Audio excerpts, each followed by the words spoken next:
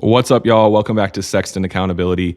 Today, I want to talk about AA, NA, 12-step programs, or in other words, institutionalized recovery programs. All right, so let's get right into it. So AA and NA are both very viable, accessible options. They are free. You can get a sponsor and work through the steps for free. And then you can get to the point that you can work the 12-step and do the same thing. All right, that's great. It's based on peer support. But in my honest opinion, the literature is extremely outdated. And a lot of the members are straight up fascists. And I don't use that word lightly. Like, this is real deal fascism as far as a program that is presented to people that are ultimately struggling with substance use disorder. This is extremely dangerous, okay? The thing is that when you're new to a 12-step program, it can be like you hold on to it for dear life, and you basically program yourself through the power of suggestion, repetitive readings and sayings, and hearing other people say the same thing. It can really reprogram the brain, and that can be really helpful. Also, it's funny when people say that it's like brainwash, and I have a dad joke. Sometimes a brain needs washing. That's what I felt about my brain. I had a dirty brain or whatever. That's stupid. But okay, so people call them a cult. They call them religious. I think that some of the ways of thinking can be like a cult. I've also heard of people who have experienced actual AA cults, and that is apparently a thing. I've never experienced that, but there are basically situations to where there is a cult that is based on the teachings and the practices of 12-step recovery. All right. But let's talk about some of the terminology that's utilized that is exclusive, and we'll go from there. So, something that is perpetuated constantly by AA members that are, informed when it comes to the literature is that there are people that are constitutionally incapable of being honest with themselves. I strongly disagree with that. I think that there are people out there that have not yet met the right people. They do not feel compassion or support, and that makes them feel like they cannot open up because they're not comfortable. A lot of people need to go to trauma-informed therapy or psychotherapy in order to talk about things. And to insinuate that someone is basically incapable of being honest because they're not comfortable talking in a public forum. While it is anonymous, it's a public forum that is institutionalized and that is also part of our court system. So to insinuate that someone is incapable of being honest because they are not comfortable opening up about something that needs to be talked about with a clinical professional is extremely dogmatic and irresponsible to insinuate. Okay. There's also the idea that basically people with mental health disorders can recover if they have the capacity to be honest. While I do agree that honesty is a huge part of mental health recovery, once again, it needs to be trauma-informed therapy, counseling, psychotherapy. It's irresponsible, again, to insinuate that just if you're honest in an AA meeting or in a setting with a sponsor, that's going to be, enough. It is great.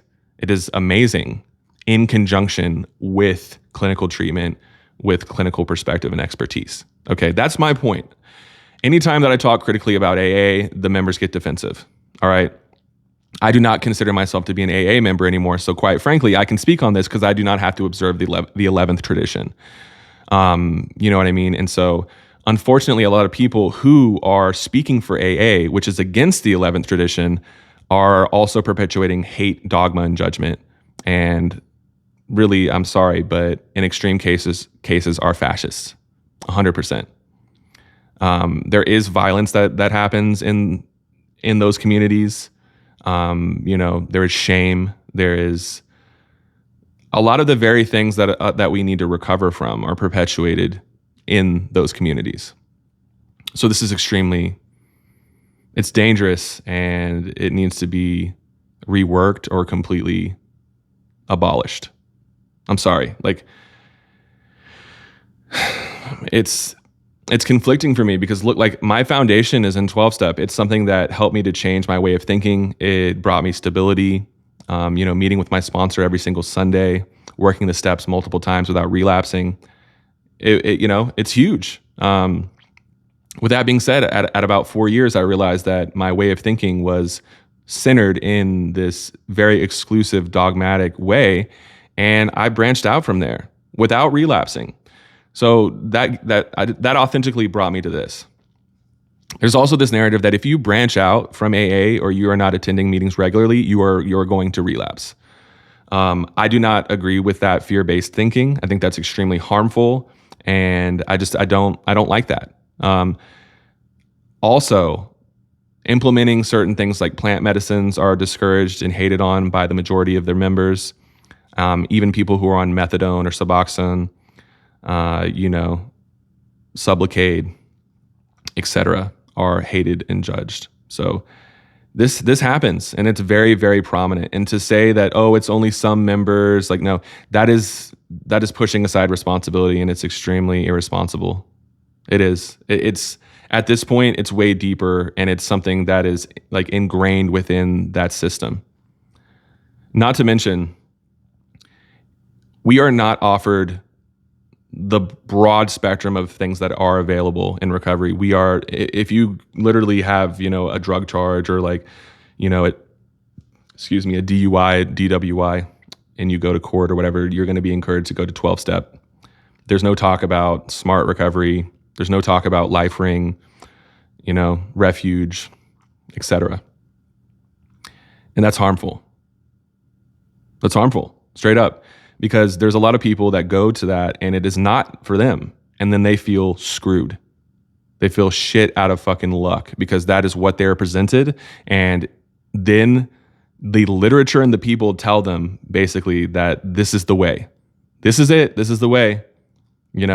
If you can't do this, then basically this is your fault and you're not willing.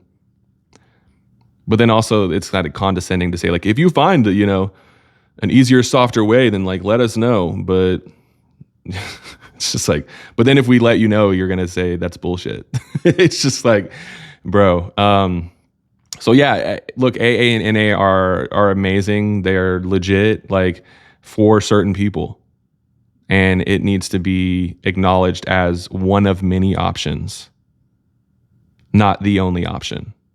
And this is serious. This is serious stuff. So yeah, I mean, I understand that when people hear me talk about this, they think, oh, well, what about the people that could really benefit from it and they go, or they hear you and then they don't go?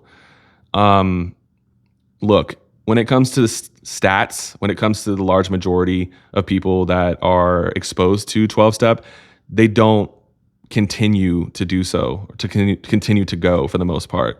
As far as like attendance and stuff, it's apparently stayed the same for quite some time.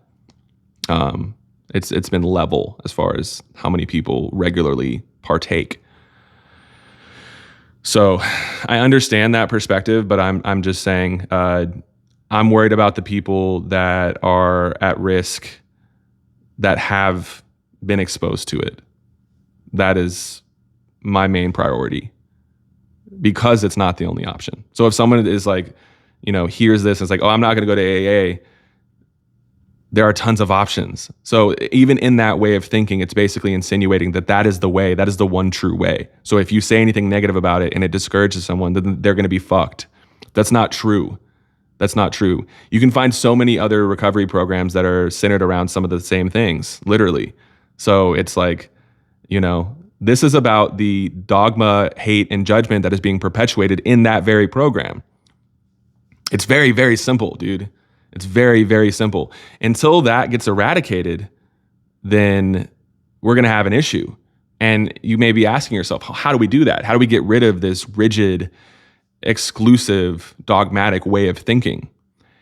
You do it on an institutional level. You rework the literature. You add things to the literature that are centered around this, and basically, traditions that are centered around this, so that you can literally be like, this is not tolerated, and then it can be addressed in each individual steering committee. For those that are unfamiliar, there are inner workings to these meetings. They have steering committees, okay? And then there are different systems that are at a higher capacity. But if you can kick someone out and get them, a restraining order from attending a meeting, then you can literally implement that stuff when it comes to the members that are actually perpetuating hate and dogma. It's 100% possible to do so. And by not acknowledging this and by trying to shut people up that are talking about this, you are perpetuating harm and ultimately discouraging people to the point that they could feel they are excluded and that they do not belong in the very place that they are seeking out for, refuge. So this is serious stuff. It's very, very serious. I understand the implications of my words, and that's why I'm choosing to say this stuff. Okay? So I'm just going to leave it at that. If you have any questions for me about 12-step recovery, feel free to reach out to me. Look, even in my own professional life as an accountability consultant, I encourage people to go to 12-step when it's something that they are open to. So please don't get it twisted, all right? I'm just saying we need to be very, very careful, and we need to basically hold people accountable that are in positions of authority in 12-step programs. That's the point of this video, all right? Much love, y'all. Feel free to reach out to me, sextonaccountability.com. I'm out.